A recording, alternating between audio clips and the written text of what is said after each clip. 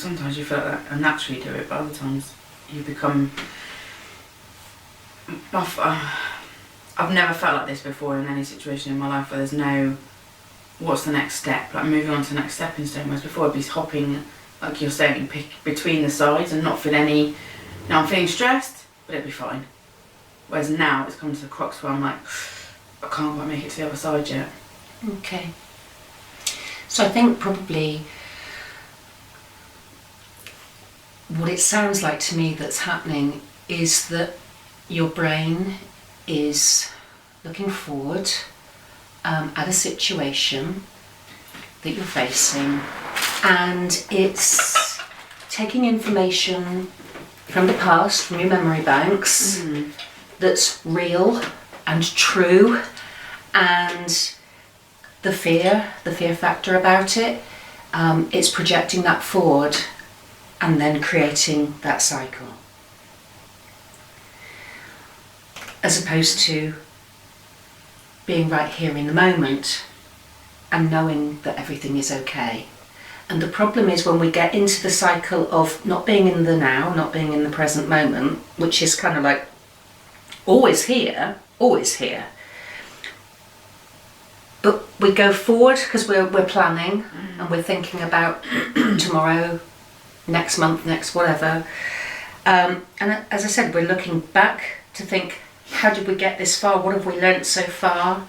And then if it's something that we're really passionate or really desire, it then becomes like a problem because the chemicals of desire and passion and want are creating a pressure in the system which creates tension, and the actual chemicals themselves are held in the tissues of and fibres of the body.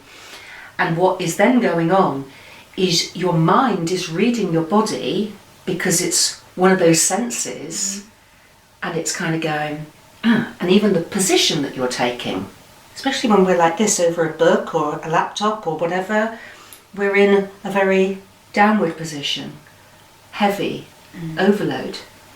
And you see, our mind will read our posture and the chemicals and say, oh my goodness, there's a problem.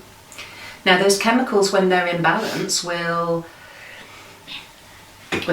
feel good, you know, and we feel well, and we're able. But when it starts to go out of balance and the body goes a little bit haywire, then disease occurs, dis-ease, because we're not in an ease place, we're not in a peaceful, relaxed place, we're out of that. So it's like, right, okay, what do I need to do? Well, actually the truth is you need to do nothing, because there is nothing to do. You're worrying about all this stuff.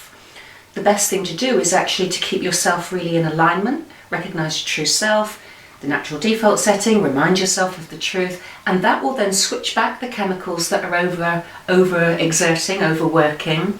That will take a lot of pressure, it will give you more energy back, it will take a lot of pressure off your body, although a massage and reflexology or whatever are really helpful because it's actually physically getting rid of the result of the tension, of the quality of those thoughts and the chemicals, the stressy chemicals with it. So it's kind of like a bit of a clean out. And the more we recognise that there is nothing the matter, that we're okay, ultimately always okay. When you recognise that and you keep seeing it and it becomes your normal perspective instead of the fight or flight, worry, stress perspective, then you're making massive progress.